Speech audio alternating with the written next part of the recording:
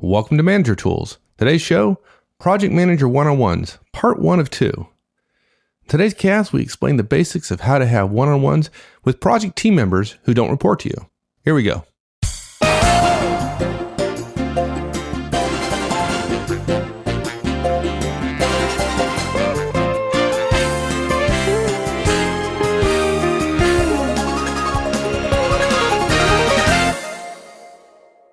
I find it really interesting at conferences. We have a lot of managers come, but we have a lot of folks. They're not in a traditional manager role in the sense that they don't write the review of the individual, and they're in a project management role, which is a little bit different. And they're always wondering, can I do one-on-ones or should I do one-on-ones with those who are on my team that don't necessarily report to me in the sense that I don't write the reviews, I don't give them performance evaluations, I don't give them raises and that kind of stuff. And our answer is yes. Yeah. Now, do you think do they actually come to you and say, look it, or do they say, hey, or look, or the famous Ozanism, look it? Yeah, it is. It's funny. I think the rise of tech organizations has caused the matrix organization. I think there are many young people in the world that simply believe that matrix organizations are the same as hierarchical organizations, right? They don't have any other experience. I'm not casting aspersions on them at all. I'm just saying if you've been in a large corporation for 3 or 5 years and what you know is a matrix, that's not a purely hierarchical organization. And I think a lot of organizations are going to matrices, and I think somewhat ineffectively. And in many cases, we've shared our views on matrices. But yeah, they absolutely say, hey, the relationship is a little bit different. Can I do one-on-ones? Or maybe they don't even ask, can I do one-on-ones? They say, how do I get good results? How do I manage this thing that's the project when I don't have any power? And what I hope people don't hear us saying is that, well, you need power, because we've said before, there are 3 types of power in organizations: role power, expertise power, and relationship power. And the role power that we have is very limited, and yet most managers far overuse it, right? So yeah, our one-on-ones were built for manager and direct, but the process absolutely works in a matrix for standard project team member, project manager relationships. It works great. We just make some changes. Right. And so today we're going to walk through it because although it works great, there are some things that we've discovered that make it more effective in this kind of situation. And we just wanted to share it with folks. But we also have to say we have to do the full Monty caveat, which is just because now many project managers are starting to learn about one-on-ones through us, and then they're going to say, okay, good, now I want to do this with my boss. The answer is no, you cannot. We don't recommend you try to create one-on-ones with your boss ever. We have something we recommend to do that called a professional update, which, by the way, is not that much different than a PM03, project manager one-on-one. But please don't think that you finally found the manna from heaven and then therefore try to move up from cloud 9 to cloud 10, because it doesn't work. Yeah. Okay, so here's how. Let's talk about the agenda for today. Number one, the biggest point we need to make is the key difference in PM03s, project manager one-on-ones, is we apply the 15-15 agenda rule rather than the 10-10-10 rule. Number two, we do recommend we follow the basic principles about focusing on the direct, regularly scheduled, rarely missed, 30 minutes long. Your cubicle or the phone is fine. Number three, we recommend you follow most early rollout guidance in terms of introducing it in a meeting if you can, inviting your team members by email, and offering more than enough times for everybody on the project team to get scheduled. There are some minor differences. It is more of an update. It's somewhat less personal. And we only recommend it during a project. We get emails every once in a while. Okay, I've finished my project. Do I still keep doing one-on-ones with this person? That would quickly get out of hand. Obviously, we don't recommend that. And then the last point we're going to make is that you may get pushback. This is not a widely accepted idea. It works, but it's not widely accepted. So we'll talk about getting pushback from the team member and also from the team member's manager at the end of the show. Okay, so let's get to the first point. Key difference here is that we're going to do these one-on-ones, 15 minutes for not the direct, for your team member, actually, and then Right. 15 minutes for you, as opposed to the 10-10-10, the last 10 being about the future. And we're going to leave that off in these one-on-ones. Yeah. Associates who are assigned to us on projects aren't pure directs.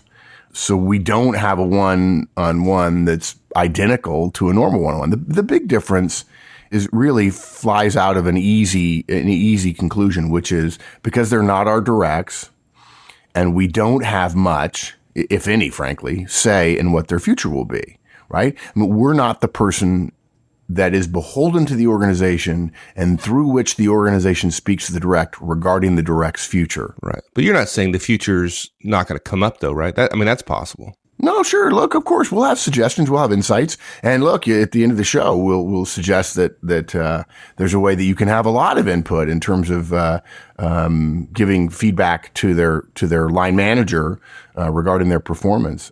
So it'll come up. We're just not going to schedule that every week. And remember that our 10-10-10 rule is built on a fundamental premise that 80% of the time, most managers and directs in the standard 10-10-10 one-on-one will go over to 15 minutes. And only about 20% of the time do you spend time talking about the future. However, if you don't schedule that 10 minutes, it never happens. And we have an obligation. And if we just touch on it, every couple of months, we feel much better about the future as it comes racing toward us. We're going to leave that future conversation, the formal future conversation, where the manager, again, is the go-between between the organization and the direct. We're going to leave that up to their line manager. And if their manager isn't doing that, if he or she is not having that, hey, where do you want to be in a year conversation, it really doesn't matter that we might want to do it for them. We probably don't have time and we don't have the leverage again or the influence we need to make a difference. So that's where we get to the 15-15. It becomes very much, okay, 15 minutes from you and 15 minutes from me. No, and look, the meeting is still about the team member, okay, not the direct, right? That's the distinction manager tools make. A direct is somebody who reports to you, who you determine or recommend based on their make recommendations regarding their salary, regarding their performance development. If someone was going to fire them, it would be you. That's a manager with a direct. But we're talking here about team members, and this meeting is about the team member, and it happens within the construct of a project. So in that sense, there really is no future because we're not responsible for it. And the one-on-one ends the moment the project is done. And really, it's about making them effective in the project. Right. And then the benefits that accrue from that, that's really what their manager, their boss is going to take care of, right? Yeah, we hope. And no, look, we believe in positive management. There's no question. Positive management, dare I say it, loving management is the way to be highly effective in the world today. And if their boss doesn't do it, we're sad about that, but we can't manage everybody. We have to deliver our responsibilities as well. And so we're a little bit agnostic about the manager who says, well, I don't really care about my people. And so if you want to do that for them, that's fine. But we want to help them, Sure. and I suspect that the best way to help the individual be successful is to make them successful on the project, on what we're working on, our project. That would be nice. Yeah, and the one-on-one is an effective place to do that. And how do we do that? How do we help this team member that we happen to have we have project management responsibilities for? How do we make them effective? How do we use the one-on-one to make them effective? Yeah, it's funny. Everybody tries to make things complex, and yet the older I get, the simpler I want things. Maybe my brain cells are declining faster than I'm making new ones. But the answer is Horstman's Law of Project Management, right? Which you and I have talked about many, many times personally, and I know we have a cast out on it, which is who does what by when. The way we as managers as project managers make one of our team members most effective on our project is keeping them on track to meet their deliverables with quality by the deadline. And I'm always surprised that people are searching for new ways to do new software to manage things and so on. That's not the solution. And look, we're all in favor of software. Mike and I, half of our conversations that are personal are about gadgets and how we can be 1% more efficient, right? But that is not where the leverage is. The leverage for a PM is to meet deliverables on time with quality, meeting the standard of the deliverable. And that's the job of the project manager. Does that affect our agenda for the one-on-one? Yeah, that's really, I mean, when you think about it, that's why the agenda of the 15-15 is what it is, right? We give them 15 minutes and then we get 15 minutes as the PM. They start with whatever they want. They get 15 minutes to deliver whatever they want. And after that 15 minutes, we get our 15 minutes to get what we need. And look, let's be clear. If the direct wants to chat about their weekend, despite pending deliverables that are in danger, it's fine. It's their 15 minutes. Now, look, if that does happen, we're going to do what makes sense to us, right? We simply take our 15 minutes. We then don't throw that entire half hour away and talk about our weekend. We take our 15 minutes, or at least the vast majority of PMs that we know would do this, and find out where they are on each of their deliverables. Yeah, for most of the PMs that we've talked to that have rolled this out, I mean, these Matrix 101s, really what they turn into is these 30-minute, status updates. They tell us where they are, kind of what the issues they're facing, where they need help. And then we ask questions about the status of the project. What do we need? What are their plans, and where are the deliverables, and are they going to make the standards on time? Yeah, it is surprising to me. People do ask us about the PMO3. When we've done it in clients, they say, okay, but what else? How do I manage this person? And I say, well, I don't understand. First of all, you're not their manager. You said, well, no. How do I project manage them? I said, you make sure they meet their deliverables and you ask them how they're doing on things. And frankly, I think the vast majority of projects, now I could be wrong, and we'd love to get mail saying, oh, you're wrong. And that's fine. We'd love to hear it. We're open to new data and information and ideas all the time. And yet I believe the vast majority of projects, whether they're deemed successful or not, fundamentally begin to fail or cost more money and take more time because we are not managing who is going to do what by when. Who's responsible for this? Is it done? Why is it not done? Our friend Dan McGuire talked recently about, he asked somebody a direct question. Are we on track to meet the deliverable? And the person's answer was correct. It's one of those obfuscations that is classic in project management organizations, right? Where there's blaming and finger pointing and, well, this person didn't do this or that or the other thing. And what we need to do is fix responsibility, and we need to check on whether stuff's done. And it's not unprofessional. It's not micromanaging to do this. Now, there are some people who would say, wait, we have a weekly or we have a biweekly project review that does that, right? And look, you're right. We know many projects have those. We've been in hundreds of those ourselves. Mike, you've run them, right? I mean, you've sat there and watched people skirmish across the table, right? I've been in the ones. I, you said I sat there and rolled my eyes a lot. No. Yeah, you've seen it, and I've sat at the other end of the table in your project meetings and watched people skirmish back and forth. And it's funny how nobody looks at anybody else when they're skirmishing with them. They're looking down at their papers or whatever.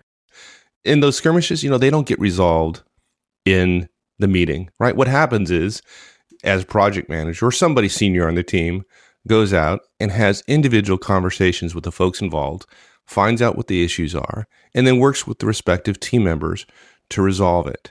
Yeah. And what we're suggesting is do that in one-on-ones. I mean, prevent those issues from happening by having one-on-ones with your team members.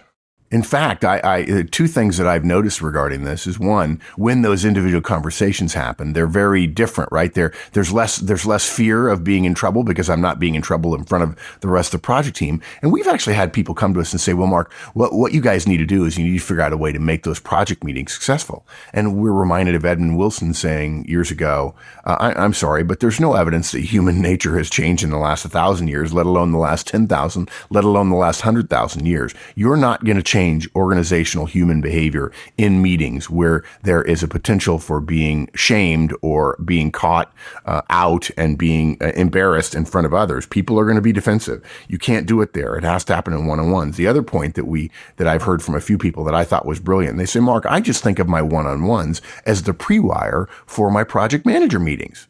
Right? For the project meetings, I'm just finding out where things are. And then when I look at when we're getting ready for the project meeting, after I've had my one-on-ones, I go, oh, it's the same person. He's always behind on stuff. I need to have another conversation with him and say, look, I hate to say it, but when we do the roll up, your name is going to come up 4 times as being late. And I'm not going to ask you to defend yourself. I'm just going to mention your name and say, Rob, you're late on that. You need to come see me. And the way to solve that is get your stuff done before the meeting and turn it from red to green. And it's amazing how many things get done in the 48 to 72 hours before a project meeting. And look, you can't give feedback in the project meeting, right? Or at least we don't recommend it. I mean, I suppose there are plenty of PMs that do, and you and I both have as well. It wasn't feedback, right? But people sure felt like we gave them some information that they didn't want to hear. Right. Yeah. There are too many times in those project meetings, empty moments, basically. Everybody knows what's going on. Nobody wants to say it out loud, right? And to your point, you have that happen. You eliminate those moments by having the one-on-ones. And frankly, my take on behavior, reading another book relative to organizational behavior right now. And I got to tell you, it's absolutely true. Teams do not behave. Members of teams behave. If you want to change the team's results, you got to change the team's behavior, and that happens individually. We change them one at a time. That's why we have PMO3s. Yeah, and I don't want to leave everybody with the impression that this is simply about resolving conflict that shows up in the meeting. Yeah, I'm sorry. Yeah, if I did, I apologize. And you touched on this lightly. I just want to reiterate it a little bit. Sometimes the issue is not the conflict that's in the meeting. The issue is the conflict that exists that you're not aware of as a project manager. There are many folks who are completely uncomfortable with raising issues in a meeting amongst their peers. They don't want to create conflict. They know there's some tension around that particular issue. And so what they do is, unfortunately, they stifle their input. They don't speak out loud. And if you don't give them an option to share that with you, to have a relationship, and be in a place where they can share with you that conflict with which they're uncomfortable, you're unaware. And if you're unaware, you can't resolve it. And one-on-ones is a beautiful place, particularly for those people, in terms of finding out where the issues are that need to be put on the table that typically are not. I agree. And you said the magic word, which many PMs don't really think about, but it's relationships. If you get the right people on your team and you have a great relationship with them, you're not going to have any problem with your project. Funding might get pulled, and okay, fine, there's nothing we can do about that. But or resources may be stolen because of political power plays elsewhere. But the failure of the project won't be because of you and your team members not getting done what needs to get done. And the PMO3s are just like O3s, standard O3s, in the sense that you build a relationship with someone. It just, it's inevitable. You sit down for half an hour a week and you begin to know somebody. I call this the Dmitri rule, which is when you and I were in school, of course, the Russians were the bad guys. Of course, now we have Russian members listening to us, and we get emails from every once in a while saying, thank you, thank you, thank you. I'm using this to change my Russian company. And the Soviet Union were the bad guys. Now, not so much. And we were taught that we didn't like them. They were the enemy. And then a guy named Dmitri moved in next door to me, and I got to know him. And I thought Dmitri was just this really great guy. He had a kid, and he knew my wife and our two kids. And it's easy to hate groups. It's much harder to hate individuals. It's easy to be worried about a team. It's much easier. And it's also easy to create relationships with each individual on the team. Exactly. So relationships are key. Yeah. Yeah, they are absolutely key.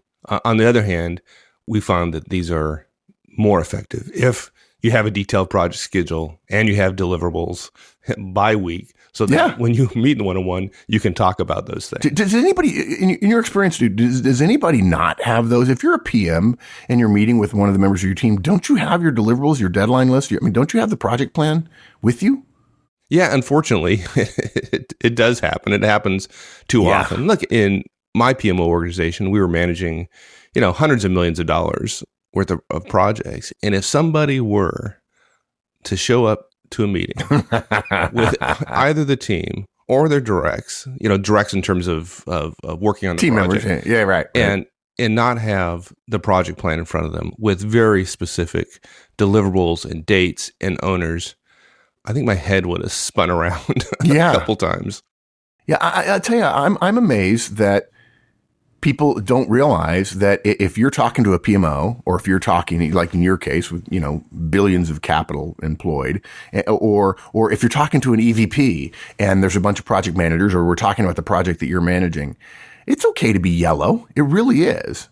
It's not okay to be yellow and say, well, we're working on it. right? You say, look, yeah, we're yellow. I take full responsibility for that. We missed a deliverable last week, which we caught up on, but that delayed us for 2 days. Here's my plan. We've got 3 steps. My confidence level is fairly high. And tomorrow I'll know for sure whether or not we're going to deliver. And if we don't, I'll have another plan at that time. You get an answer like that. I'm okay with that guy being yellow all the time because he says, okay, I'm yellow. I got to adjust.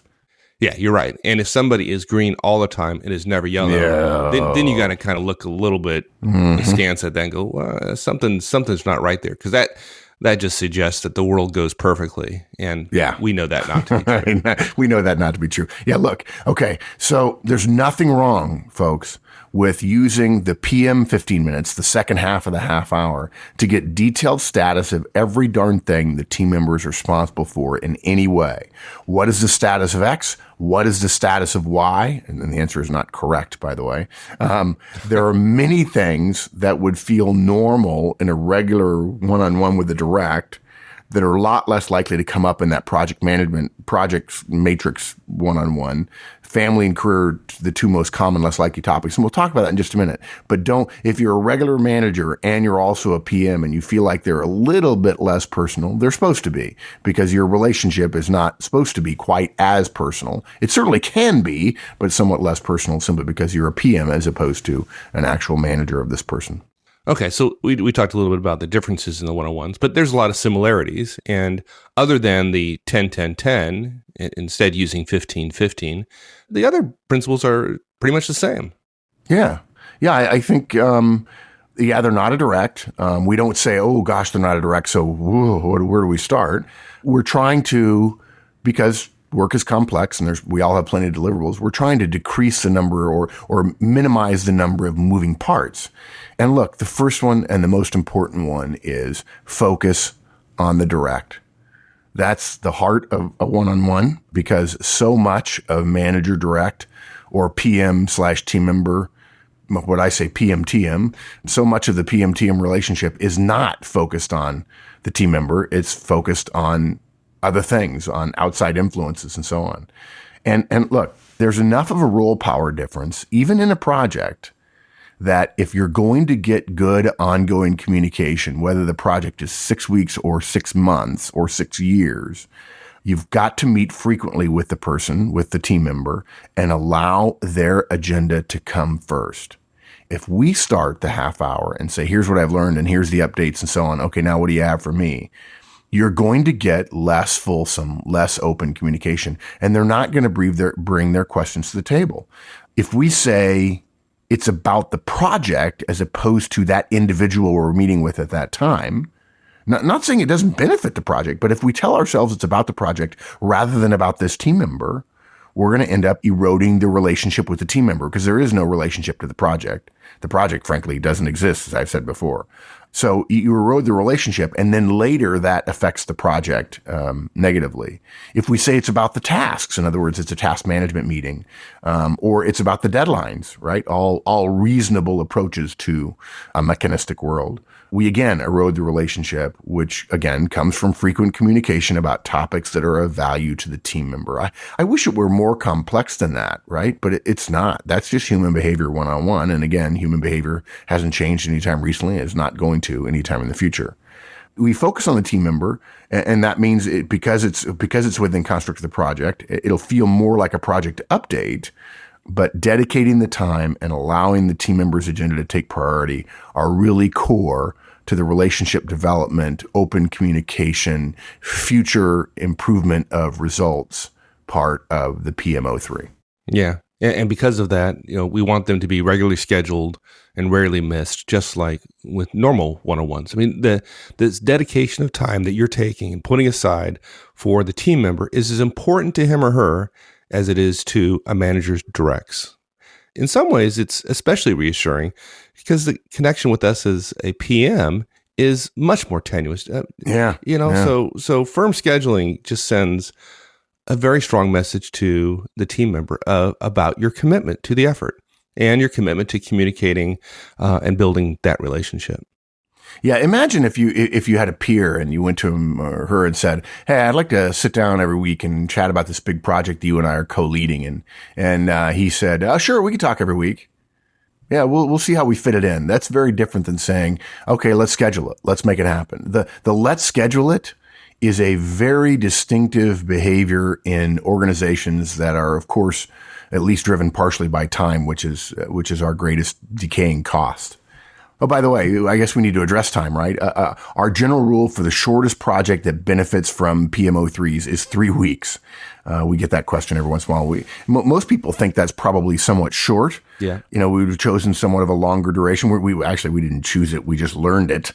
When we first started recommending, we actually recommended 6 weeks. And so many PMs told us that they got value from the PMO3. They kept lowering their lower limit and kept liking it. They felt like even a month-long project would work. And they found that at about 3 weeks, projects seemed short enough to be able to manage everything without having weekly meetings. But at 2 weeks, it's that way. But at 3 weeks, it's really kind of too long to keep everything in our heads and just rely on very short deadlines and really assertive reporting processes. 3 weeks is when deadlines start getting missed and we don't understand why they were missed and we don't have time to correct it. So we recommend them for 3 weeks. Now, some of you will say, I can't do it. I got too many projects that are 3 week, 4 week, 5 week. Fine. Start PMO3s on your big projects. Find out how well they work, and then gradually start working them down. Maybe it's a 3-month project you start it with, or a 4-month, and then over time you say, I want to add the 3-month project and the 2-month project and the 1-month project. Your mileage may vary, but we found that on a lot of PMs, they told us 3 weeks. Yeah, exactly. Also, in terms of the length of the one-on-ones, nothing different than our normal one-on-ones, 30 minutes. And just like normal one-on-ones with manager and direct, an hour is just too long. Folks start to dread them. And they just lose value. So shorter doesn't feel like there's really any investment being made. So 30 minutes in our experience is probably the sweet spot. It's possible for you. 45 minutes might be the right number. Yeah.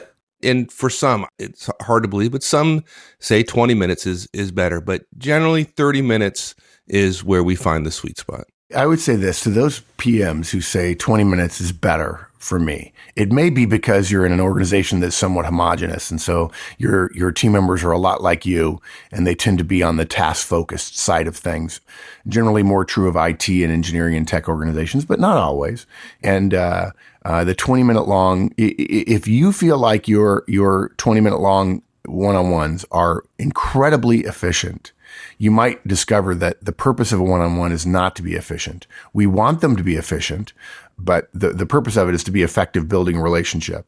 And if you feel 6 months later after doing 20-minute long one-on-ones that you really know a great deal about how things are going, but you're not certain you have a better relationship with your directs, then you're really not achieving the purpose of one-on-ones. You may be managing your time very effectively. Well done, you. But that doesn't mean that you're achieving the purpose that we intend, which is the real engine of success of the vast majority of highly effective executives that we know is incredibly strong relationships with their directs.